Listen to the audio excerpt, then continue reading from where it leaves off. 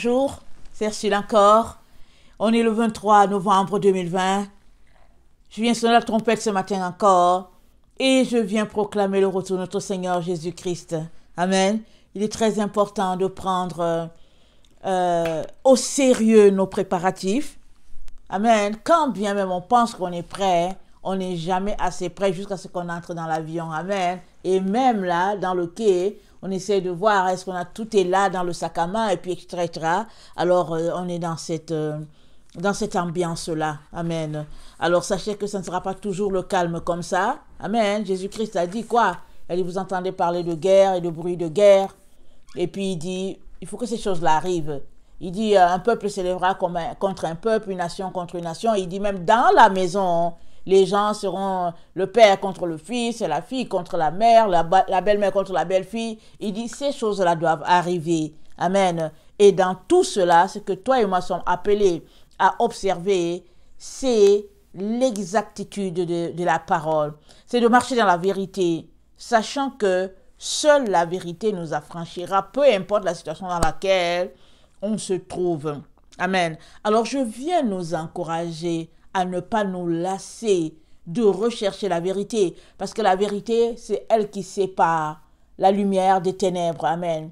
Alors, quand tu dis, oh, je ne sais pas où se trouve la lumière, c'est la vérité, la lumière. La lumière, c'est la vérité. Amen. Alors, quand tu marches dans la vérité, tu as la lumière. Si tu marchais dans les ténèbres, tu aurais l'obscurité. Amen. Alors, nous vivons dans un monde d'obscurité, un monde rempli de ténèbres, un monde rempli de séduction, de manipulation et de toutes sortes. Amen. Mais toi et moi, nous nous en sortirons si nous décidons de marcher par la vérité et dans la vérité. Et je viens nous y encourager. Amen. Alors aujourd'hui, je viens parler du lien, ou bien les liens qu'il y a entre le faux prophète et le dragon. Amen. On a longtemps parlé, amen, en tout cas, ces derniers temps, on est sur le dragon, la bête et le faux prophète. Amen. Alors, j'ai apporté un peu ce que je comprenais. Amen. Et aujourd'hui, je viens parler des liens qu'il y a entre le faux prophète et puis le dragon. Et avant cela, je vais encore lire mon texte de Apocalypse 16. Amen. Pour nous rappeler qu'il y a 3 personnes. Amen. Alors, on pense souvent qu'il y a 2. L'antichrist et le faux prophète, mais il y a 3. Il y a toujours une personne là camouflée il y a toujours une personne en arrière de celui qu'on appelle l'antichrist, la personnalité politique. Il y a une personne qui est là. Et puis, quand on parle du faux prophète, il y a toujours une autre personne qui est là, toujours comme si c'est un peu en retrait, mais la personne est là. Évidemment, cette personne, ce n'est autre que le diable. Amen. Alors, mais le diable, il va s'incarner en une personne. Amen. Parce que c'est comme ça que les choses se passent. Alors, on est dans les temps où les gens vont s'incarner. Amen. Alors, donc voilà. Alors, préparons-nous de manière à ne laisser aucune trace des ténèbres dans notre vie, afin que le diable ne puisse pas venir s'incarner en nous. Amen, ça c'est très important. Alors l'incarnation du diable en une personne est appelée la possession diabolique. Alors, on n'est pas fait pour être possédé diaboliquement, on est fait pour être possédé par le Saint-Esprit. Et quand on est possédé, quand le Saint-Esprit nous possède, la Bible dit qu'on a revêtu Christ. Alors soyons de ceux-là qui revêtent Christ ou bien qui revêtiront Christ. Alors chaque jour quand tu viens te séparer des ténèbres, tu revêts Christ. Chaque jour quand tu viens laisser aller au fait la domination de ta chair, tu revêts Christ. Alors je nous encourage à revêtir Christ à tous les jours. Ainsi on sera victorieux sur le monde des ténèbres. Amen. Alors Apocalypse 16, le verset 12 à 13 nous dit ceci. Le 6e versa sa coupe sur le grand fleuve, l'Euphrate, et son eau tarit, afin que le chemin des rois venant de l'Orient fût préparé. Et je vis sortir de la bouche du dragon, une personne, de la bouche de la bête, 2 personnes, 2e personne, de la bouche du faux prophète, 3e personne, 3 esprits, impurs, semblables à des esprits de grenouille. Car ce sont les esprits des démons qui font des prodiges et qui vont vers les rois de toute la terre afin de les rassembler pour le combat du grand jour du Dieu Tout-Puissant. Amen. Donc ces 3 personnes-là, elles seront très actives. Amen. convaincant les uns et les autres, amen, en tout cas, de se mettre du côté d'eux, qui n'est autre que le nouvel ordre mondial. Alors, c'est sûr que la personnalité politique, l'antichrist, la personnalité politique, bon, on comprend qu'elle sera active. Le faux prophète, on comprend aussi son rôle sur toute la planète Terre, vu que c'est le pape. Amen. Maintenant, la personne qui est là, le dragon, on ne comprend pas, on se dit, mais qu'est-ce qui se passe? Mais au fait, le dragon, c'est le dragon qui les inspire. C'est le diable qui les inspire, c'est le diable qui les habite. Alors, c'est pour cela que les trois sont mentionnés ici. Amen. Alors, ils peuvent travailler ensemble de près ou de loin. Dieu seul sait comment les choses mystiques se passent. Nous, on ne sait pas. Tout ce que nous, on sait, c'est qu'on crie, on sert Dieu, on le prie. Alors, quand on prie Dieu, est-ce que tu sais comment Dieu fait pour te répondre? Est-ce que tu sais comment les anges agissent? Tu ne sais pas. Tout ce que tu sais, c'est que tu as prié, tu as demandé, et puis la réponse est venue. Ou bien tu as prié, et puis le mal a été ôté de ton chemin, sans savoir exactement comment la chose s'est passée. Amen. Alors, tout cela pour dire que le monde mystique est un monde dense, un monde nébuleux, et c'est pourquoi le Seigneur nous a dit qu'il n'aimerait pas qu'on fasse passer nos enfants par le feu et par toutes les abominations, parce que Dieu ne laissera pas impuni une personne qui pratique ces choses-là. Alors, faire passer par exemple son enfant par le feu, pratiquer les œuvres des ténèbres, et puis consulter les morts, tout cela, ça ouvre la porte à la possession diabolique. Alors, si bien que, bon, voilà, on est pris à notre propre piège. Alors, il est donc très important que toi et moi, qui nous réclamons du Seigneur Jésus, puissions nous dissocier de toutes ces choses-là, si par hasard, c'était pratiqué dans nos familles. Amen. Et si on est venu, on est tombé dessus, et que bon, voilà, c'était au-delà de tout ce qu'on peut comprendre, alors il suffit de venir dans un temps de repentance, de pardon et tout, et puis Dieu nous délivrera. Amen. Alors, donc, on a affaire ici à 3 personnes.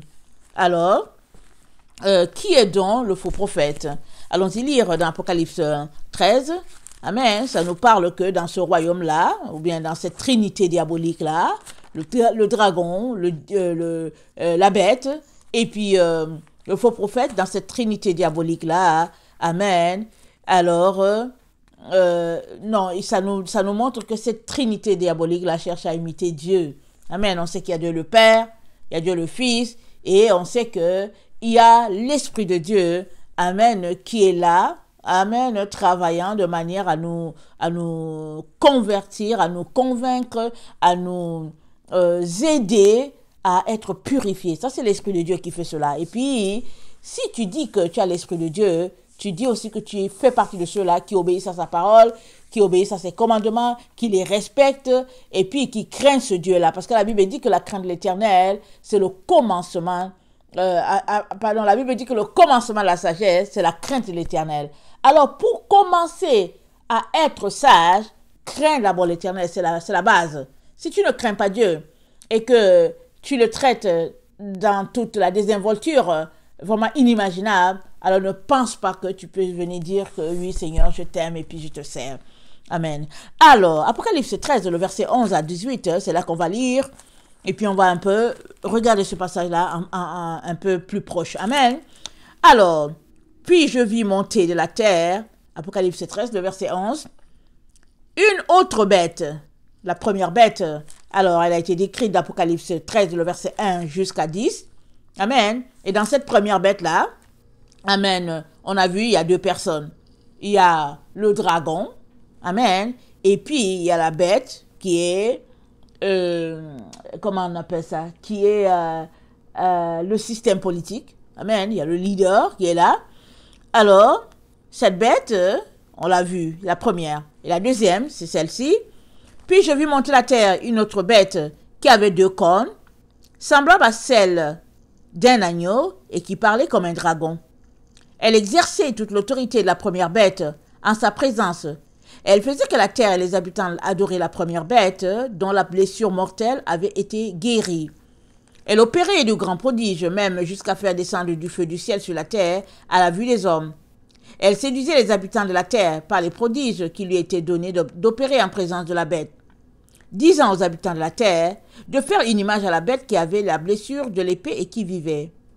Il lui fut donné d'animer l'image de la bête, afin que l'image de la bête parlât, et qu'elle fit que tous ceux qui n'adoraient pas l'image de la bête fussent tués. Elle fit que tous, petits et grands, riches et pauvres, libres et esclaves, reçussent une marque sur leur main droite ou sur leur front, et que personne ne put acheter ni vendre sans avoir la marque, le nom de la bête ou le nombre de son nom. C'est ici la sagesse, que celui qui a l'intelligence calcule le nombre de la bête, et c'est un nombre d'hommes, et son nombre est 6, 6, 6. Amen. Soyez bénis. Alors, excusez-moi. Alors, regardons le verset 11. Puis je vis monter la terre une autre bête qui avait 2 cornes, semblable à celle d'un agneau et qui parlait comme un dragon. Alors ça nous dit que il y a une bête qui a 2 cornes et puis cette bête-là ressemble à un agneau. Alors arrêtons-nous là, regardons un peu nos études récentes, amen, nos études passées. On a parlé de cornes et chaque fois qu'on parlait de cornes, c'était une autorité qui était là, amen. Alors, et puis ça reflétait, soit une personne, soit un certain pouvoir, une certaine force que Dieu donnait. Alors, si on se rappelle du cas de l'agneau Argnon, amen, qui avait devant lui une pierre qui était là, sur la pierre il y avait 7 yeux, et puis c'était les yeux de l'Éternel, et à cette pierre-là, comme Dieu avait dit à Josué, Dieu a ajouté à cette pierre-là 7 cornes, amen. Et nous savons que les 7 cornes, on les a identifiées, la sagesse, l'intelligence, la crainte de Dieu. Et je ne peux pas tous les énumérer, mais allons-y voir dans Ésaïe 11, à partir du verset 1. Amen. Peut-être je pense 1 à 9 comme ça, ou bien 1 à 6, je ne me rappelle plus. Mais les 7 cornes-là, c'est les 7 esprits. C'est cet esprit qui accompagne, amen, sagesse, amen. Alors, dans l'autorité, sagesse est une autorité, crainte de l'Éternel est une autre, l'intelligence en est une autre, etc., etc. Alors ici, dans ce cas-ci, la bête a 2 cornes. Qu'est-ce que ça nous donne comme information? Ça nous dit ici que cette bête-là, à savoir le faux prophète, exerce avec une deuxième personne. Parce qu'une corne pour lui et l'autre pour l'autre personne. Au fait, c'est quelque chose qui ne nous frappe pas fortement parce qu'on est habitué à voir les agneaux avec 2 cornes. Mais quand, avec 2 cornes, disons que le mouton, il a 2 cornes. Amen. Mais un agneau, il y a 2 petites cornes en train de le sortir là. Vraiment de toutes petites là. Elles sont basses. Amen. Mais ici, c'est un agneau qui a 2 cornes. En tout cas, il a l'autorité. Il a son autorité à lui. Et puis, il y a une autre qui a l'autorité qui exerce avec lui. Et la Bible nous dit que cet agneau-là, amen. Il avait 2 cornes. Une bête qui avait 2 cornes. Et cet agneau qui avait 2 cornes, et puis cette bête-là ressemblait à un agneau. Et on sait combien les agneaux sont doux, n'est-ce pas? À première vue, on les voit, ils sont doux. Amen. Mais cet agneau-là exerçait ou bien partageait son autorité, sa plateforme avec le dragon. Et c'est la deuxième personne qui est avec lui. Alors, si on revenait à notre langage terre à terre, on nous parle du faux prophète, mais il y a 2 personnes. C'est ça qu'on doit comprendre. Comme quand on regardait, Apocalypse 13, le verset 1, on regardait, on dit, « Puis je vis monter la terre une bête qui avait 10 cornes et 7 têtes. » 10 cornes, amen, l'autorité de 10 rois, tel que Daniel nous explique dans... attendez, Daniel, on va le lire, ok?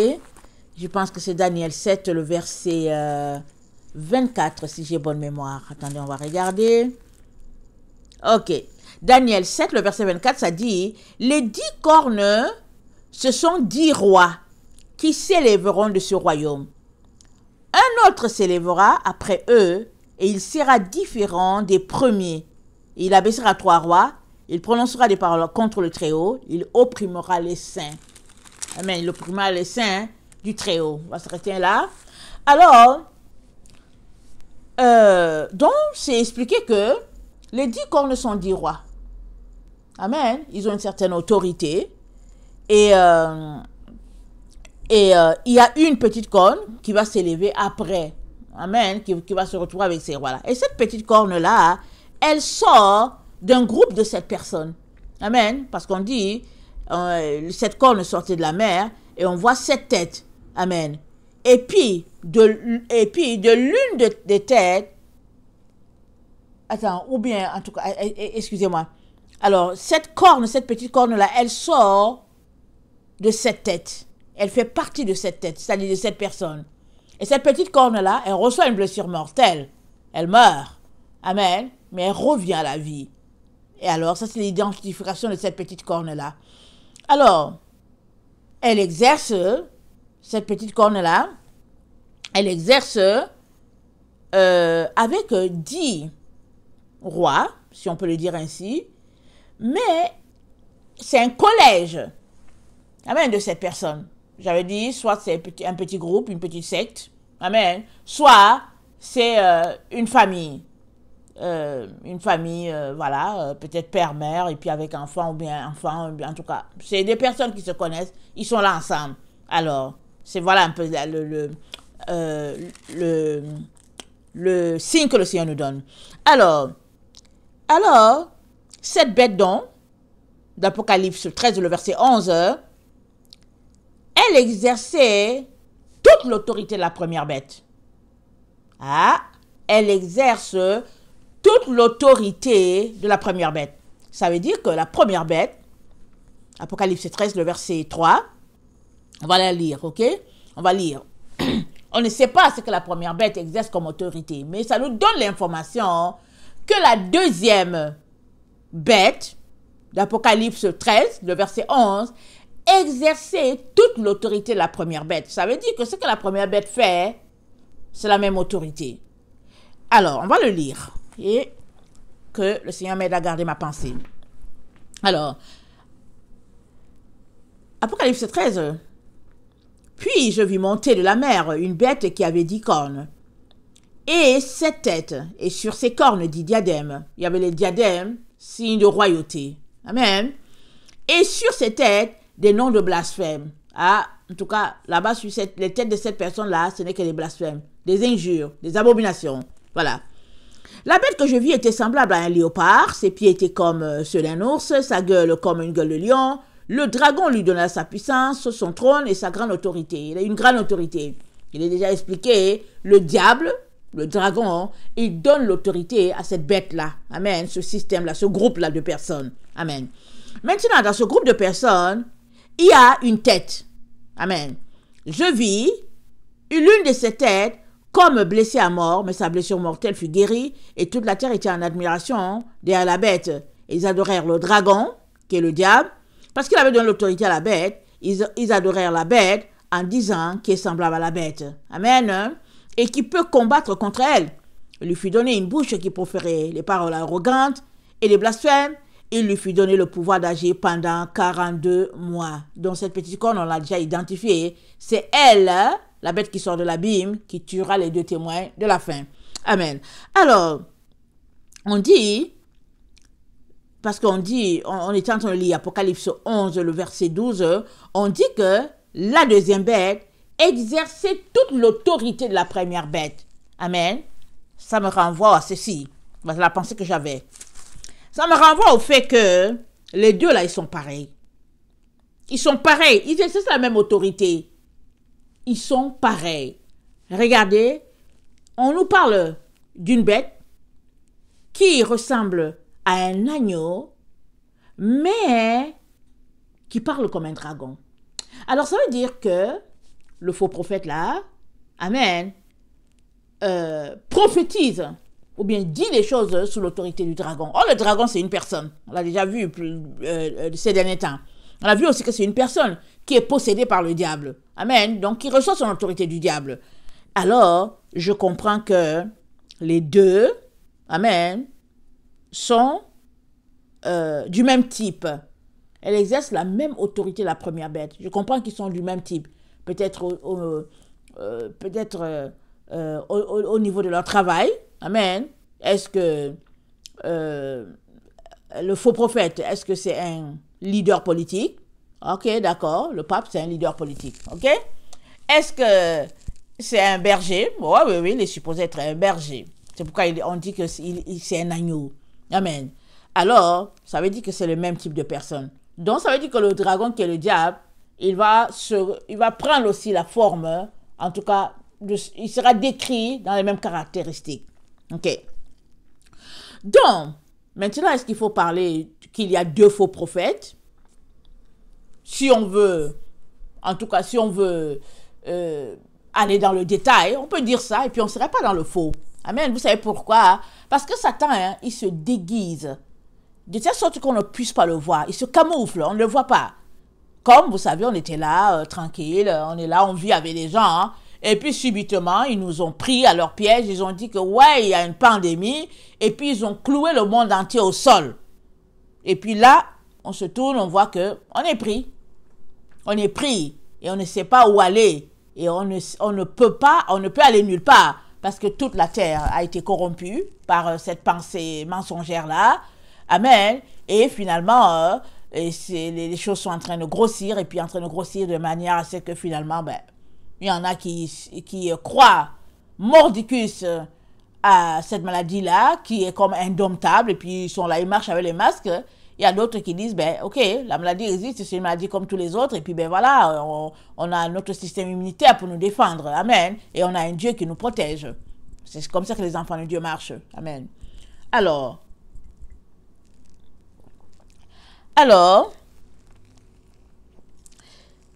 ça nous dit que, et elle faisait que, la deuxième bête, c'est-à-dire le faux prophète, elle faisait que les habitants de la terre adoraient la première bête dont la blessure mortelle avait été guérie. Donc, elle adore la bête là, la petite corne, dont Daniel parle. Ok. Elle opérait des grands prodiges, même jusqu'à faire descendre du feu du ciel sur la terre à la vue des hommes. Ah, il y a des grands prodiges qui se passent. Amen. Je pense qu'il y a plein de choses qui se passent. Orchestrées par l'Église catholique, la papauté, que nous, on ne sait pas. Il y a beaucoup de choses qui se passent. Amen. Et on ne sait pas, on regarde et tout, mais il y a beaucoup de choses diaboliques qui se passent de ce côté-là. Amen. Je ne dis pas que toutes les églises sont comme ça. Je ne dis pas que tous les évêques sont comme ça, tous les prêtres sont comme ça. Je ne dis pas ça. Mais je dis, il y a beaucoup de choses qui sortent de cette dénomination-là. Amen. Alors, par le concours des autorités qui la dirigent, bien sûr. Alors, le verset 14, elle séduisait les habitants de la terre par les prodiges qui lui étaient donnés d'opérer en présence de la bête, disant aux habitants de la terre de faire une image à la bête qui avait reçu la blessure de l'épée et qui vivait. Dans le pape, elle pompait l'image du dragon. Voilà, comprenons ça comme ça. Elle pompait l'image du dragon. En tout cas, ce qu'on va comprendre, c'est qu'il y a deux choses ici. Amen. Le pape, donc, par son comportement, par tout ce qu'il fait, la papauté, je ne dis pas forcément que c'est ce pape-là, lui aussi l'a hérité. Amen. Il fut un temps où l'Église catholique a commencé à dérailler. Amen. Et puis finalement, l'Église est entrée dans la séduction, ou bien la séduction est entrée dans l'Église. Voilà, la séduction est entrée dans l'Église. Disons les choses telles qu'elles sont. La séduction est entrée dans l'Église. On a commencé à voir le monde dans l'Église, si bien qu'avant, du temps des Simon-Pierre, ce pas des choses qui existaient. Ils étaient des évêques et ils ont enseigné la droiture de l'écriture. Amen. Mais, après eux, alors l'Église s'est corrompue. Alors, donc, elle séduisait les habitants de la terre par les prodiges et elle leur demandait d'adorer le dragon, c'est-à-dire la première bête. Alors, la première bête, c'est le dragon. Donc, les habitants de la terre adorent le diable, Satan. Amen, on le sait, Satan est entré dans l'Église. Mais aussi, vient le temps où le pape pompera l'image de la petite corne pour demander aux gens d'adorer la petite corne. Amen. Et cette petite corne-là, c'est le dragon, la personne qui sera possédée par Satan, comme Judas Iscariote a été possédé par le diable. La Bible nous dit, et Satan entra en Judas Iscariote. Et Satan va entrer dans une personne qui va jouer ce rôle-là de dragon, qui va jouer le rôle de petite corne. Alors, il l'aura mérité par sa déchéance morale, par la vie que cette personne aura menée loin de Dieu, ou bien une vie mi-figue, mi-raisin. Amen. Et on est dans les temps où le jugement commence par la maison de Dieu. Amen. Et on est dans ces temps-là où chacun va recevoir son rôle. C'est ça. Il va recevoir le rôle qu'il est venu jouer sur la terre. Ok.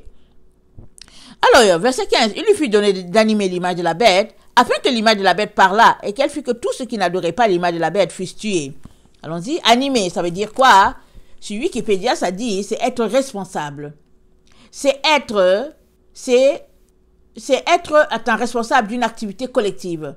C'est encourager, c'est enflammer, c'est galvaniser, c'est insuffler, c'est électriser, c'est exhorter. Donc, le pape exhortait toute la terre à faire une image à la bête. Amen. Alors, toute la terre dessinée. Ou bien, en tout cas, ils avaient une image de la bête. Amen. Alors, il animait l'image de la bête, il l'a galvanisée, il l'électrisait. Amen. Et tous ceux qui n'adoraient pas l'image de la bête, il fut tué. Petit, grand, riche, pauvre, libre, esclave, ils reçurent tous une marque sur leurs mains ou sur leur front. On n'est pas là encore, mais on est à la veille. On est proche de là. Et on est si proche que on est étonné quand il y a des chrétiens, des enfants de Dieu, qui sont contents que le vaccin soit découvert. Il y a des enfants de Dieu qui prient pour que le vaccin soit découvert.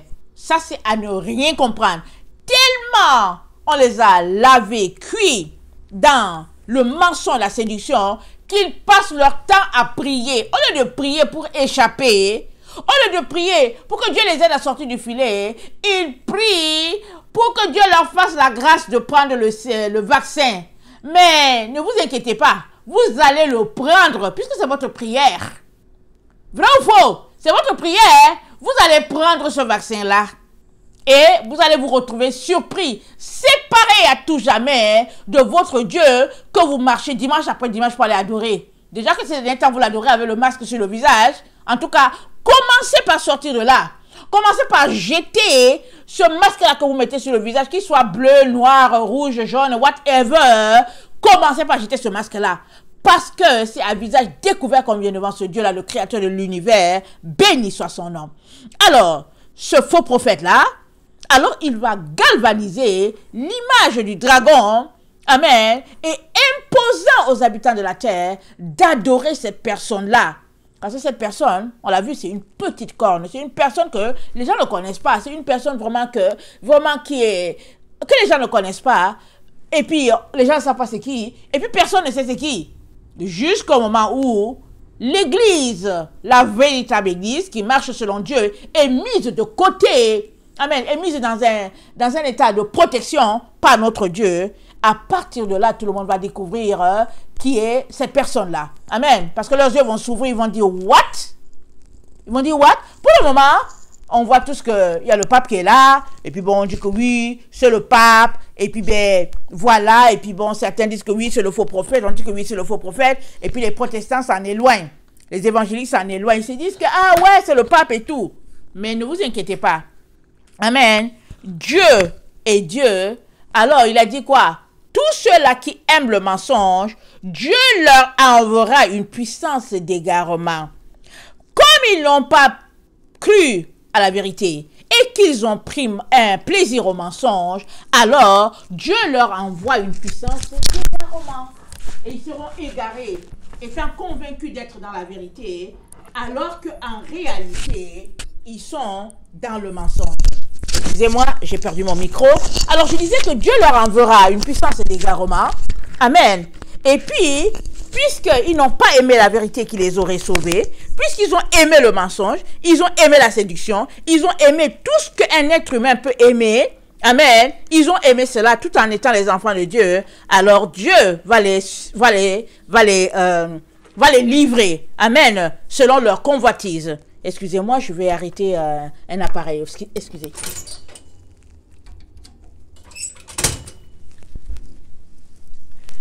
Alors Dieu leur enverra une puissance d'égarement et le pape, le faux prophète, amen, fait partie de ceux-là qui vont égarer un groupe, ceux-là qui aiment bien les valeurs catholiques. Ils seront égarés, amen, parce que vous savez quoi, malgré le fait que le pape a dit récemment que, au fait, il approuvait le mariage des conjoints du même sexe, malgré ce fait-là, il y a quand même des catholiques qui continuent de le soutenir, qui disent que oui, c'est le serviteur de Dieu. Amen. Il y en a, ils aiment leur dénomination. Mais évidemment aussi, il y a un bon groupe qui ont condamné cela, qui ont dit non, notre Dieu n'accepte pas cela. Mais il y a un autre groupe qui disent que cool, ça c'est bien et tout, parce qu'enfin les choses vont en tout cas être... les choses vont se stabiliser ou bien les choses vont se répartir de manière normale, de telle sorte que les conjoints de même sexe aussi puissent être des prêtres et tout ça. Amen. Il y a des gens qui sont d'accord avec ça. De la même manière, écoutez bien cela. De la même manière, je pense que l'autre corne là, qui est avec le pape, je pense que ça sera quelqu'un qui n'est pas catholique, mais qui sera religieux. Amen. Vous savez pourquoi? Parce que catholiques et puis protestants, ils ne s'entendent pas. Hein? Ils ne sont jamais entendus. Les protestants, peu importe la dénomination, pensent que eux, ils sont arrivés, ils connaissent et puis ils ont le savoir, la connaissance de Dieu plus que les catholiques. Amen. C'est toujours comme ça. Il y a un groupe qui pense qu'eux, ils savent et puis les autres ne savent pas. Amen. Alors, donc, les protestants, ils ont les yeux ouverts. Ils se disent que non, vraiment ce pape-là, ce qu'il fait, c'est pas correct. Donc, eux, ils regardent, ils se disent que les catholiques sont dans le péché, les catholiques sont comme ci, les catholiques sont comme ça. Mais ne vous inquiétez pas. Dieu va s'organiser pour vous trouver quelqu'un que vous allez écouter et en qui vous allez croire. Qu'est-ce que Martin Luther a fait? Martin Luther a quitté le catholicisme. Il avait des sérieux problèmes. Il cherchait Dieu et puis il n'arrivait pas à trouver. Il était pris par son problème d'alcool et tout ce qu'on peut imaginer. Amen. Et puis un jour, il a reçu la révélation que le salut, amen, c'est par grâce que nous sommes sauvés. Dieu merci, et ça c'est une vérité, c'est par grâce que nous sommes sauvés. Amen. Alors, parce que dans le temps où il a vécu, les catholiques vendaient des sièges au ciel, disaient aux gens que oui, venez donner de l'argent, et puis c'est comme ça qu'ils réussissaient à séduire les riches. Et puis les riches, là, comme ils ne voulaient pas adorer Dieu, alors ils donnaient de l'argent pour avoir une place au ciel, ou bien pour faire partie de ceux-là qui vont finalement passer par le purgatoire. Mais tout ça, ça fait partie de ce qui est décrit ici. Ça dit, elle séduisait les habitants de la terre. Amen, par des prodiges qu'il était donné d'opérer. Amen, ça c'est des prodiges mensongers, bien sûr. De raconter une histoire parce que c'est la séduction. Le mensonge, c'est la séduction. Alors, il y en a comme ça qui ont acheté des sièges. Et puis, Martin Luther, quand il a su ça, il n'était pas d'accord. Et puis, il était tourmenté par cette affaire-là. Et il a trouvé que le salut, c'est pas grâce. Mais il a fait sa part. Après avoir trouvé que le salut, c'est pas grâce, au lieu de joindre à cela, amen, les commandements, au lieu d'exhorter les gens, d'aller voir le pape, évidemment, c'est vrai qu'il est allé voir et puis ça a donné autre chose. Mais, en tant qu'envoyé de Dieu, il devait persister, amen, dans le calme et puis la tranquillité, amen. Mais, qu'est-ce qu'il a fait? Il a pris ses clics et claques, mais il a monté un groupe, amen, c'était devenu aussi comme un parti politique. Allez-y lire l'histoire en Allemagne, amen. Et il a écrit des recueils sur ce que les papes, ce qui se passait dans la papauté, mais il a aussi écrit des aberrations. Par exemple, il a dit que le livre de Jacques dans la Bible, l'épître de Jacques ne méritait pas d'être. Et puis, il a écrit que les Juifs méritaient d'être tués. Amen. Et Hitler s'est servi des écrits de M. Luther pour tuer les Juifs comme il a tué 6 à 7 millions de personnes sur la terre. Hitler s'est servi des écrits de Martin Luther. Celui-là que vous suivez, là, que vous dites qu'il vous a délivré du catholicisme, là. Lui, là, Hitler s'est servi de ses écrits. Alors, ok. Oui, vous pouvez dire que oui, ce n'est pas Hitler qui a tué, mais c'est lui qui a écrit, non? Il a écrit comment il fallait tuer les Juifs. Il a écrit comment ce peuple-là était. il a écrit rempli de haine contre le peuple juif, Martin Luther. Amen. Alors, écoutez-moi bien, dans le temps du génocide, pendant que plusieurs juifs fuyaient et se cachaient pour leur vie, il y avait beaucoup de guillemets protestants qui ne les ont jamais reçus. Jamais. Parce que Martin Luther, en tout cas leur leader, avait dit des choses parce qu'ils avaient aussi lu ce que Martin Luther avait dit. Et puis, évidemment, il y a aussi des catholiques qui n'ont pas logé. Ces juifs-là qui se cachaient et puis certains chrétiens qui se cachaient. Amen. Alors, tout cela pour dire que un génocide planétaire est arrivé par des écrits de quelqu'un qui disait que il est un serviteur de Dieu. C'était un intellectuel, Martin Luther. Il enseignait dans une université. Il était orgueilleux, il était soulard, il était, en tout cas, allez-y voir tout ce que ce monsieur-là était. Ok, je ne veux pas m'arrêter là-dessus parce que je ne sais pas quel a été ses derniers moments devant Dieu. Je ne sais pas qu'est-ce qu'il a fait. Où est-ce qu'il est? Ça, je ne sais pas. Mais ce que j'aimerais vous faire comprendre, c'est que par ses écrits, il a réparti la haine sur la terre, si bien que un, entre guillemets, agneau, amen, a écrit des choses qui ne devaient pas être, et par ses écrits, la mort ou bien le sang a coulé sur la terre. La même chose. Moi, je pense que, c'est ce que je comprends quand je lis ce passage-là. Avant, je n'étais pas arrivé là. Amen. Je lisais Apocalypse 13, à partir du verset 11, parlant du faux prophète. J'avais toujours l'impression qu'il y avait deux personnes, mais je n'arrivais pas à les dissocier. Comme je vous dis toujours, je n'arrivais pas à les dissocier. Et un jour, j'ai découvert les deux cornes. Quand j'ai découvert les deux cornes, j'ai dit, bon, tiens, voilà les deux cornes. Alors, les deux cornes sont sur la tête d'un agneau. Alors, il y a deux personnes dans une. Amen. On voit une personne, mais en arrière, il y a Satan qui est là, le dragon, qui représente le dragon. Alors, tout cela pour dire que, alors, ils vont travailler de connivence. Et pour les protestants, et pour les catholiques. Parce que l'un ne veut pas avoir affaire à l'autre. Si bien que, comme Dieu dit lui-même dans 2 Thessaloniciens 2, qu'il va envoyer une puissance d'égarement. Attendez.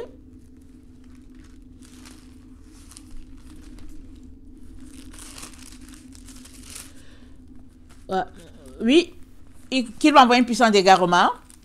Il dit, car le mystère de l'iniquité agit déjà, il faut seulement que celui qui le retient encore ait disparu. Et alors paraîtra l'impie, que le Seigneur Jésus détruira par le souffle de sa bouche, et qu'il anéantira par l'éclat de son avènement.